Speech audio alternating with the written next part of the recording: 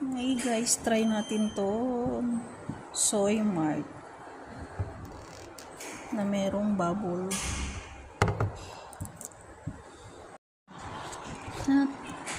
Taho. Di ba taho to sa atin? Taho. Cold na taho. Yun yung okay lang din yun. Maganda.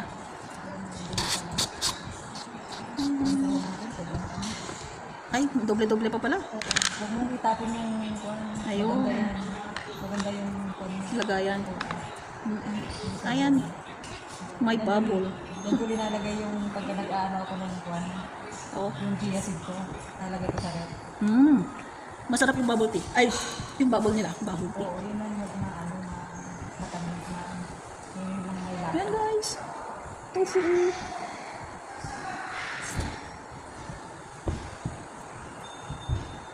Brown sugar. May hot and cold pala to eh.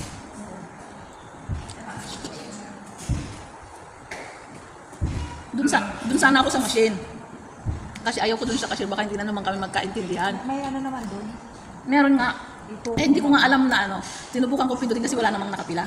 Pag pindot ko, walang English, hindi ko mailipan. Bagsak ko, dun pa rin sa cashier. Ang tagal ko pa naman dun sa ano, buti na lang lumayas siya. Pero kapag siguro, kasi sa tuwing pupunta ako doon, Doon ako sa cashier lagi. tuwing pupunta ako doon, kapag nandun na ako sa tinginan, laging naka ano yung bae. Kaya nahihiya ako, kasi ang tagal kong pumili kung alin yung gusto ko doon. Tapos kapag ano na, umaalis na lang ako. Ano naman yung screen doon na linalagay ay linalagay. Ang tagal maglipat eh.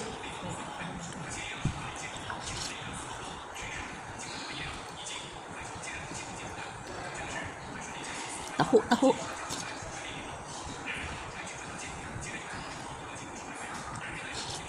Masarap din yung green ko.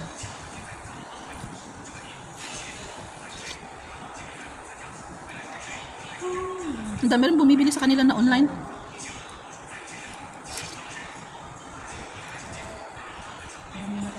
Sana dagdagan nila yung ano para ano, hindi lang ito yung ititinda nila para dadami pa yung customer.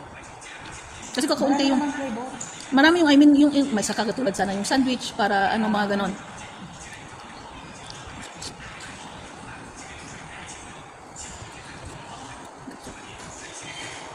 Ano yung bubble? Ay, hindi Ito lang talaga yung binibenta. Tapos magbao ka na lang ng kakainin mo din naman. Mm-mm.